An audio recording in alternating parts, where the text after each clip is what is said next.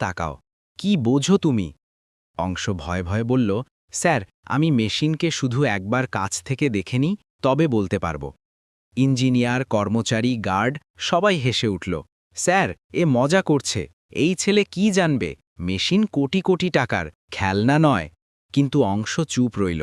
সে শুধু অর্জুনের চোখে বিশ্বাস খোঁজার চেষ্টা করল। এক মুহূর্তের জন্য অর্জুনের মনে একটি হালকা যন্ত্রণা জেগে উঠল, যেন কোনো গভীর সম্পর্কের পরিচয়। কিন্তু সেই অনুভূতি তখনও অসম্পূর্ণ ছিল। অর্জুন কঠোর স্বরে বললেন, ঠিক আছে, যদি তুমি কিছু জানো তবে ভেতরে এসে বলো। পুরো স্টাফ হতবাক হয়ে গেল। স্যার, এ কি বলছেন? মজা করবেন না। এমন করে কোনো বাচ্চাকে মেশিনের কাছে নিয়ে যাওয়া যায়? অর্জুন বললেন, আমি বলেছি ওকে ভেতরে নিয়ে এসো। অংশ প্রথমবারের মতো কোম্পানির ভেতরে এলো। অর্জুন তার সাথে হাঁটছিলেন, কিন্তু সামনে সবাই ফিসফিস করছিল। এই জুতো পলিশ করা ছেড়ে কোম্পানির মেশিন কি বুঝবে? স্যার কেন যে একে ভেতরে নিয়ে এলেন? অংশ সব শুনছিল, কিন্তু তার চোখ ছিল কেবল মেশিনের ওপর। সেই হাইড্রোলিন ৭০-এর মেশিন, যা সে মাসখানেক ধরে বাইরের জানালা দিয়ে উকি মেরে দেখত। মেশিনটি থেমেছিল, লাল আলো জ্বলছিল। অর্জুন রেগে ইনচার্জের ওপর চিৎকার করলেন, ১০ দিন ধরে মেশিন বন্ধ, কোনো ইঞ্জিনিয়ার ঠিক করে যাচাইও করেনি।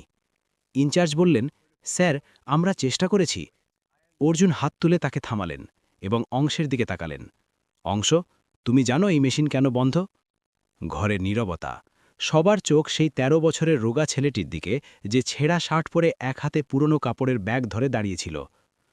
অংশ ধীরে ধীরে বলল, স্যার, যদি আমি মেশিনটাকে কাছ থেকে দেখি তবে হয়তো বলতে পারব। লোকেরা হাসতে শুরু করল। দেখে বলবে? এটা কি কোনো খেলনা? ইঞ্জিনিয়াররা ব্যর্থ হলো আর এই ছেলে ঠিক করবে? কিন্তু অর্জুনের মুখে হাসি ছিল না। অর্জুন কঠোরভাবে বললেন, চুপ, যারা একে থামানোর চেষ্টা করবে কাল থেকে কাজে আসবে না। হঠাৎ পুরো হল শান্ত। অংশ ধীরে ধীরে মেশিনের চারপাশে ঘুরতে লাগল। সব জায়গায় শোকে বাতাস অনুভব করল। শব্দ, কম্পন, তেলের গন্ধ, সব কিছু। ইঞ্জিনিয়াররা বিড়বিড় করতে থাকল, এই ছেলে নাটক করছে, কাকে বোকা বানাচ্ছে। কিন্তু অংশ ছিল তার নিজের জগতে। অংশ ঝুঁকে নিচের দিকে দেখল এবং হঠাৎ বলল, স্যার, এটা নিজে বন্ধ হয়নি, কেউ এটা বন্ধ করিয়েছে। পুরো ঘর চমকে উঠল। ইনচার্জ হেসে বললেন, কি বাজে কথা বলছিস?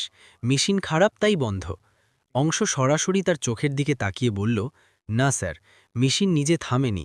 এর মেইন প্রেশার ভালভ অর্ধেক ঘুরিয়ে দেওয়া হয়েছে। এটা কোনো দুর্ঘটনা নয়, কারো উদ্দেশ্য। অর্জুনের মুখ কঠোর হয়ে গেল। একজন সিনিয়র ইঞ্জিনিয়ার এগিয়ে এলেন। এটা অসম্ভব। সেই ভালভ পর্যন্ত